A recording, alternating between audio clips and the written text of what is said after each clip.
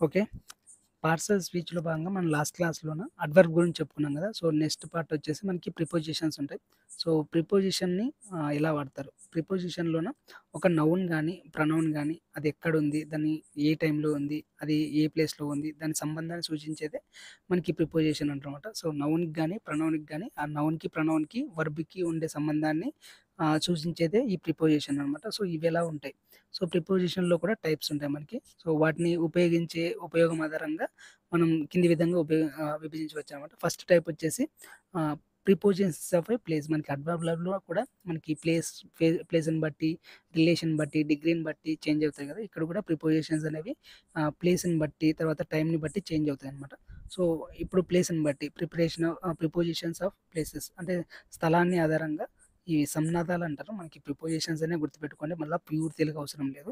So, ప్లేసులు ఆ ప్లేస్‌ని బట్టి ఆ ప్రిపోజిషన్‌ని ఏవేవి ఉపయోగిస్తారంటే ఇన్ కానీ, ఆన్ కానీ, అట్, అండర్, అబోవ్, బిలో ఇదొచ్చేసి ఇప్పుడు ఒక పెన్ తీసుకుందామండి. ఆ పెన్‌ని ఆహ్, టేబుల్‌లో ఉందనుకోండి ఇన్ అంటాం.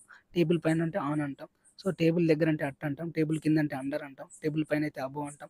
ఇలా అన్నమాట. సో, ఒక ప్లేస్‌ని డిసైడ్ చేస్తదనమాట ప్రిపోజిషన్ ఇక్కడ. The book is on the table అన్నారనుకో ఇక్కడ ఆన్ వచ్చేసి ప్రిపోజిషన్ అనమాట. ద బుక్ అంటే అదొచ్చేసి మనకి నౌన్ కిందకొస్తది. టేబుల్ అంటే ఆబ్జెక్ట్ అనుకోండి ఇక్కడ.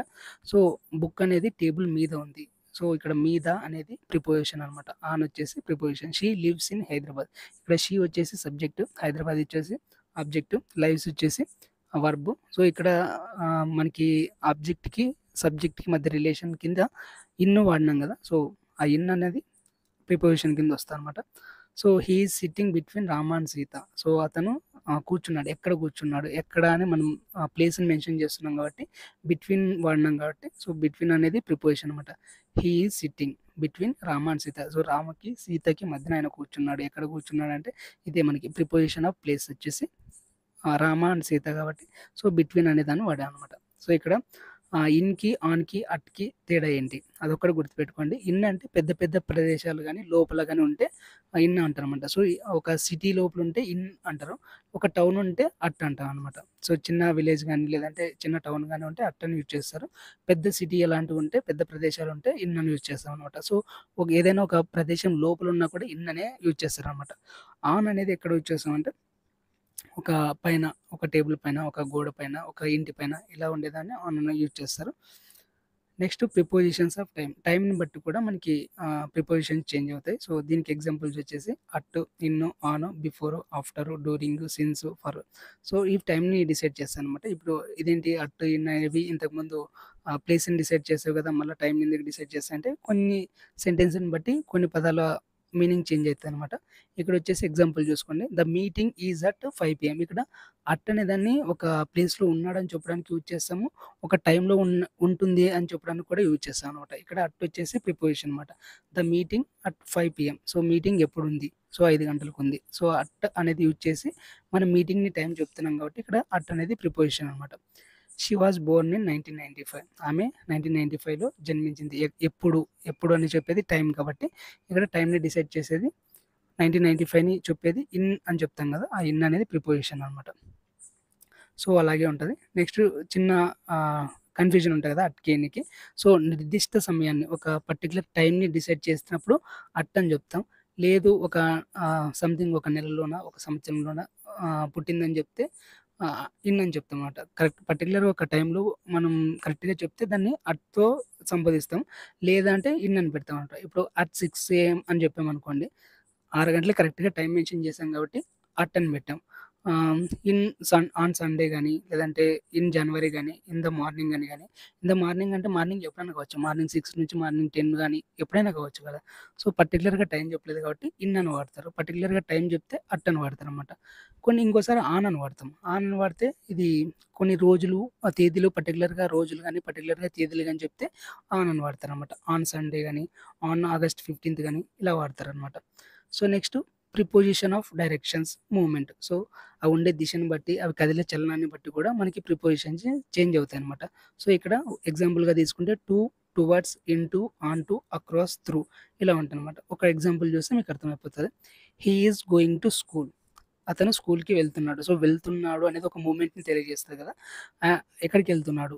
To school. So, to use చేసి ఎక్కడికెళ్తున్నాడో చెప్తున్నాం కాబట్టి ఇక్కడ టు అనేది ప్రపోజిషన్స్ అనమాట. Next the cat jumped onto the table అని చెప్పారు. ఇక్కడ క్యాట్ అనేది జంప్ చేస్తుంది. సో, జంప్ అనేది ఒక మూవ్‌మెంట్ కాబట్టి సో, ఎక్కడికెళ్ళింది? టేబుల్ మీదకి జంప్ చేసింది. ఇక్కడ ఆన్ టుని యూజ్ చేసి చెప్తున్నాం కాబట్టి రెండిటికి మధ్యన రిలేషన్. ఇక్కడ ఆన్ టు అనేది ప్రిపోజిషన్ కింద వస్తదనమాట. Next she walked through the park. ఆమె పార్క్‌లో నడుస్తుంది అని చెప్పినాం కదా! సో, ఇక్కడ మూవ్‌మెంట్ ఉంది. సో, దాన్ని ఎలా తెలియజేస్తున్నాం? త్రూగా తెలియజేస్తున్నాం కాబట్టి ఇక్కడ త్రూ అనేది ప్రిపోజిషన్ కిందకొస్తదనమాట. సో, ఇక్కడ టూకి, ఇంటూకి, అక్రాస్‌కి తేడా తెలిసింది కదా! టూ అంటే ఒక ప్లేస్‌కి, ఎక్కడ ప్లేస్‌కి వెళ్తున్నామో అది. సో, ఇంటూ అంటే ప్లేస్ లోపలికి. అక్రాస్ అంటే ప్లేస్ వైపు నుంచి ఇంకో వైపుకనమాట. నెక్స్ట్ ప్రిపోజిషన్స్ ఆఫ్ ఏజెంట్ గాని, ఇన్‌స్ట్రుమెంట్ గాని అంటారు. సో, దీన్ని బట్టి మనకి ఒక పర్సన్‌కి సంబంధించింది చెప్తారు. అంటే ఒక పర్సన్‌కి గాని, ఒక ఆబ్జెక్ట్‌కి గాని ఆ చర్యను దేనితో చేశారు? ఆ పర్సన్‌తో చేశారా? లేదంటే ఏదైనా ఆబ్జెక్ట్‌తో చేశారా? దాన్ని బట్టి ప్రిపోజిషన్స్ ఆఫ్ ఏజెంట్ అనేది ఉంటదనమాట. ఆ ఏజెంట్ గాని అంటే ఏజెంట్ అంటే పర్సన్. ఇన్‌స్ట్రుమెంట్ అంటే ఒక ఆబ్జెక్ట్ అనమాట. సో, ఇక్కడ ఎగ్జాంపుల్‌గా తీసుకుంటే బై గాని, విత్ గాని ఉంటది. సో, ఒక ఎగ్జాంపుల్ చూడండి. The book was written by Tagore. ఒక బుక్‌ని రాసారు. ఎవరు రాసారు? ఠాగూర్. ఎవరి చేత రాయబడింది? ఠాగూర్ చేత రాయబడింది. సో, ఇక్కడ బై యూజ్ చేసి ఆ బుక్ రాసింది ఎవరో చెప్పాం కాబట్టి బై అనేది ప్రిపోజిషన్ అనమాట. Next he cut the paper with a knife. ఆ పేపర్‌ని కట్ చేశారు. దేని సాయంతో కట్ చేశారు? నైఫ్ సాయంతో. సో, ఇక్కడ విత్‌ని యూజ్ చేసి నైఫ్ అని చెప్పాం కాబట్టి విత్ అనేది ప్రిపోజిషన్ అనమాట. సో, ఇక్కడ బైని యూజ్ చేస్తే అక్కడ ఒక వ్యక్తి వస్తాడు. అంటే పర్సన్ వస్తాడు. విత్‌ని యూజ్ చేస్తే అక్కడ ఒక ఆబ్జెక్ట్ వస్తది. వస్తువు వస్తదనమాట. సో, అది తేడా. Next prepositions of reasons and purpose. దానికి ఒక కారణం ఉండాలి. ఒక చర్య జరిగిందనుకో, ఒక పని, ఒక యాక్షన్ జరిగిందనుకోండి. దానికి రీజన్ గాని, లేదంటే పర్పస్ గాని ఉండాలి. సో, రీజన్‌ని, పర్పస్‌ని తెలియజేసేది కూడా ఒక ప్రిపోజిషన్ అనమాట. సో, అది ఎలా ఉంటది? ఎగ్జాంపుల్ చూడండి. ఫర్ గాని, బికాస్ ఆఫ్ గాని, డ్యూ టు గాని. ఇప్పుడు I brought this for you అంటే నేను దీన్ని తీసుకొచ్చాను. ఎందుకు తీసుకొచ్చావు? నీ కోసం తీసుకొచ్చా. అంటే నీ కోసం తీసుకురావడానికి ఇక్కడ ఫర్ అనేది ఉపయోగించిందనమాట. అంటే ప్రిపోజిషన్‌ని దేనికి యూజ్ చేసాం? దాని పర్పస్‌ని చెప్పడానికి యూజ్ చేసాం కాబట్టి ఫర్ అనేది ప్రిపోజిషన్ అనమాట. The match was cancelled due to rain. Match ఆగిపోయింది. రీజన్ ఏంటి? పర్పస్ ఏంటి? Due to rain.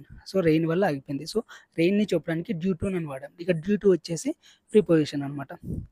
So, next మనకి కాంపౌండ్ ప్రిపోజిషన్స్ సంయుక్త సంవాదాలు అంటారు దీన్ని. సో, ఇప్పుడు ఒక సెంటెన్స్‌లోన ఒకటి కంటే ఎక్కువ పదాలతోన కూడిన ప్రిపోజిషన్స్ ఉంటే దాన్ని కాంపౌండ్ ప్రిపోజిషన్స్ అంటారనమాట. సో, దీనికి ఎగ్జాంపుల్స్ వచ్చేసి in front of, because of, instead of, out of ఇలాంటివి ఉంటే దీన్ని కాంపౌండ్ ప్రిపోజిషన్స్ అంటారు. ఎగ్జాంపుల్‌గా తీసుకుంటే మనకి ద కార్ ఈజ్ పార్క్డ్. ఆ కారు పార్క్ చేసుంది. In front of the house. ఇక్కడ ఇన్ అనేది, ఫ్రంట్ అనేది, ఆఫ్ అనేది ఈ 3 కూడా ప్రిపోజిషన్సే. సో, ఈ 3 కలిపి ఒకే వాక్యంలో వాడాయి కాబట్టి దీన్ని కాంపౌండ్ ప్రిపోజిషన్స్ అంటారనమాట. So, next I choose tea instead of coffee. అంటే నేను కాఫీకి బదులు టీని ఎంచుకుంటున్నాను. ఇక్కడ ఇన్‌స్టెడ్ ఆఫ్ అనేది కూడా ఇన్‌స్టెడ్ ఆఫ్ 2 ఉన్నాయి కాబట్టి దీంట్లో కాంపౌండ్ ప్రిపోజిషన్స్ అంటారనమాట. సో, ప్రిపోజిషన్స్‌లో కొన్ని ముఖ్యమైన రూల్స్ ఉంటాయి. అవి ఒకసారి చూడండి. ఇక్కడ ఇన్‌కి, ఆన్‌కి తేడా ఇంతకు ముందే చెప్పాను. సో, ఇన్ ఎక్కడ యూజ్ చేస్తారో, ఆన్ ఎక్కడ యూజ్ చేస్తారో, అట్ ఎక్కడ యూజ్ చేస్తారో చెప్పాను కాబట్టి అది అక్కడ సేమ్ అలాగే ఉంటది. నెక్స్ట్ సిన్స్‌కి, ఫర్‌కి కూడా కొంచెం తేడా ఉంటదండి. ఇప్పుడు సిన్స్ ఎక్కడంటే సిన్స్ ఒక పర్టిక్యులర్ టైమ్ నుండి అని చెప్పామనుకోండి.